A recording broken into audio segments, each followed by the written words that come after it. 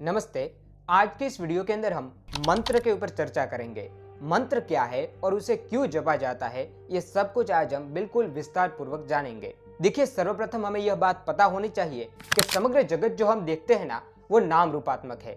कोई भी वस्तु आप देख रहे हैं, जो कोई भी वस्तु है, उसका नाम और रूप, ये दो वस्तुएं होती ही है। यदि ये दो नहीं है तो उस वस्तु का अस्तित्व ही नहीं है। अब हमारे अंदर जो विचार आते हैं वो भी नाम रूपात्मक ही होते हैं। इस संसार के अंदर ऐसा कोई भी नहीं है जो बिना शब्द या शब्द जनित संस्कार के बिना विचार कर सके। हमारे अंदर जो विकार आते हैं ना, जो विचार, वो सर्वप्रथम नाम के रूप में आते हैं, शब्द के रूप में आते हैं, और शब्द से वो भाव का रूप धारण कर लेते हैं और भाव से वह स्थूलतर वस्तु को प्रकाशित करते हैं। अब यदि यह नियम सत्य है कि नाम से भाव और भाव से स्थूल वस्तु है, तो अवश्य ही यह नियम समस्त ब्रह्मांड के अंदर लागू होता होगा। क्योंकि यदि हम मिट्टी का एक कण पूर्ण रूप से जान ले, तो संसार में जितनी भी मिट्टी है उसे हम पूर्ण रूप से जान सकते हैं। तो इसी प्रकार यदि हमारे लिए यह नियम सत्य है, तो अवश्य समस्त ब्रह्मांड के लिए भी यह नियम सत्य होगा। तो इसी प्रकार सर्वप्रथम ईश्वर ने अपने को नाम के और फिर इस परिदृश्यमान जगत के रूप में प्रकाशित किया या फिर अभिव्यक्त किया। अर्थात यह परिदृश्यमान जितना भी जगत है, यह जगत जितना भी हमें दिख रहा है, वो सब कुछ रूप है, और इसके पीछे है एक अनंत शब्द, जो कि ब्रह्म सर्वप्रथम जिसके अंदर अभिव्यक्त हुआ था, वह शब्द। और वो जो अनंत शब्द है उसे ही हम स्फोट कहते हैं, और यही स्फोट समस्त नाम और रूपों का एक उपादान स्वरूप कारण है। तो हमने जाना कि भगवान प्रथम शब्द या फिर स्फोट के रूप में परिवर्तित होते हैं और फिर वो इस इंद्रिय ग्राह्य जगत के रूप में परिवर्तित हो जाते हैं। अब ये जो स्फोट है ना, जिसके अंदर भगवान प्रथम परिवर्तित होते हैं, अब उसका वाचक जो है वो ओम है, और वाचक एवं वाच्य माने जिसका नाम होता है वो और उसका नाम, ये दोनों भिन्न नहीं होते, ये दोनों एक ही होते हैं, इनको अलग नहीं किया जा सकता। इसी कारण जैसे ही हमारे कानों में कोई शब्द पड़ता है तो हमारे मस्तिष्क के अंदर उस वस्तु की छाया आ जाती है, क्योंकि ये दोनों भिन्न नहीं है। अब हमारे मन में यह प्रश्न आ सकता है कि एक वस्तु के तो कई वाच्य, कई शब्द हो सकते हैं, लेकिन इस स्फोट का शब्द ओम ही क्यों? देखिए, ये जो स्फोट है ना, वो समस्त भावों का उपादान कारण है, लेकिन यह कोई विशेष भाव नहीं है।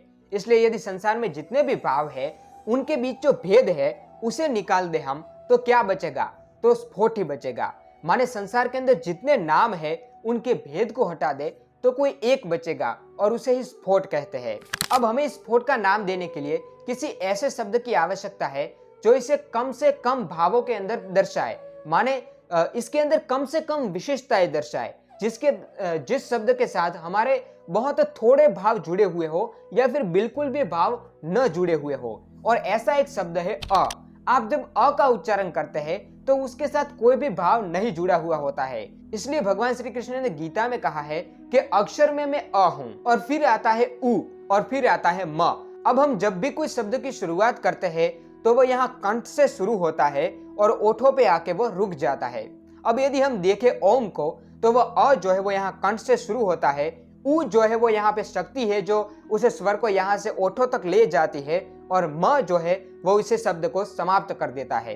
अब इसका अर्थ यह हुआ कि हम जितने भी शब्दों का उच्चारण करते हैं उन सब का सार स्वरूप यह ओम के अंदर ही आ जाता है, क्योंकि यहाँ से लेके यहाँ तक के जितने भी उच्चारित शब्द है वो ओम के अंदर समाप्त हो जाते हैं, या फिर इसका सार स्वरूप ओम है।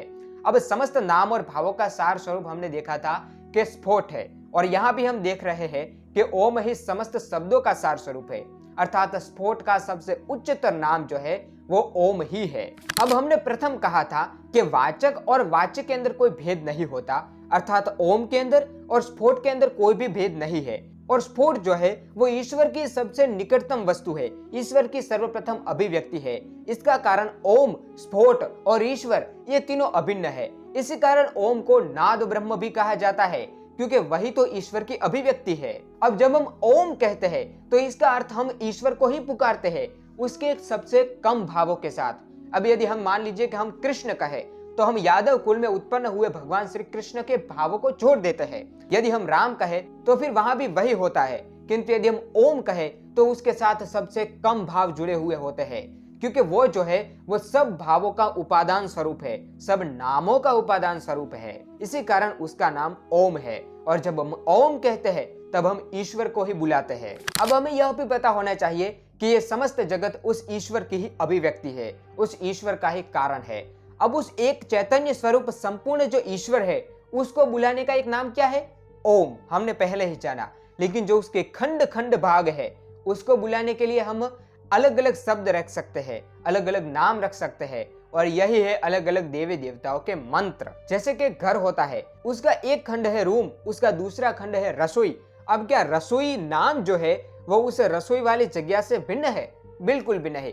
उसी प्रकार जो अलग अलग देवताएं, जो ईश्वर की अलग अलग खंड स्वरूप है, उसके उनके जो मंत्र है वो क्या उन देवताओं से अलग है? बिल्कुल भी नहीं। वो उन देवताओं के साथ एक ही कार ही है। इस कारण जब आप ओम के सिवा अन्य अन्य मंत्रों का उच्चारण करते हैं, अन्य अन्य मंत्रों का जप करते हैं, तब आप उन्हीं देवताओं को पुकार रहे होते हैं या फिर उन्हीं देवता का चिंतन कर रहे होते हैं, क्योंकि वाचक और वाच्य भिन्न नहीं होते। अब हम सार स्वरूप कहते हैं कि ब्रह्म सर्वप्रथम नाम के रूप में अभिव्यक्त हुआ और नाम है स्फोट है, जिसका सार स्वरूप उच्चारण या फिर उसका वाचक ओम है, और वही बाद में रूप या फिर जगत के रूप में अभिव्यक्त हुआ। यह हुई ईश्वर की बात। अब उसकी अभिव्यक्ति, उसके जो छोटे छोटे खंड जिसे हम देवता कहते हैं, अब उनका भी अलग अलग नाम है, और उनका नाम ही और उनके जो अलग अलग नाम है वो ही उनके अलग अलग मंत्र है। इस कारण जब हम ओम कहते हैं तो उस ईश्वर को पुकारते हैं, और जब हम अलग अलग नाम कहते हैं तो उन विशेष विशेष भावापन्न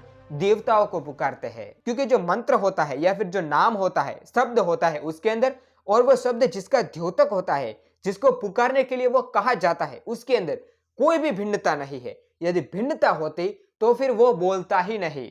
आप दूध को और दूध नामक शब्द को कैसे अलग करेंगे?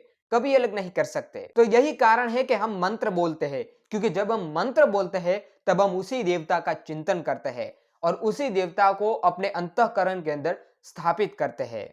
और जैसे जैसे अंतःकरण निर्मल होता है, हम उस मंत्र के साथ अभिन्न होते जाते हैं, और जब हम मंत्र के साथ अभिन्न होते हैं तब उस देवता के साथ भी हम अभिन्न होते जाते हैं। विषय बड़ा कठिन था, मैंने भी इसे अभी तक पूरी तरह से नहीं समझा है। मैं इसके ऊपर चिंतन करता रहता हूँ। आशा करता हूँ आपको भी थोड़ा बहुत समझ में आ चुका होगा। यदि आप इसे पढ़ना चाहते हैं तो स्वामी विवेकानंद का जो भक्ति योग है उसके अंदर ही आपको मंत्र नामक एक पूरा चैप्टर मिल जाएगा, जिसके अंदर उन्होंने ये सब कुछ विस्तार पूर्वक बताया है। हो सकता है मुझसे कुछ समझने में त्रुटि हो गई हो तो क्षमा करें। मिलते हैं हम अगले वीडियो में, तब तक जय श्री राम।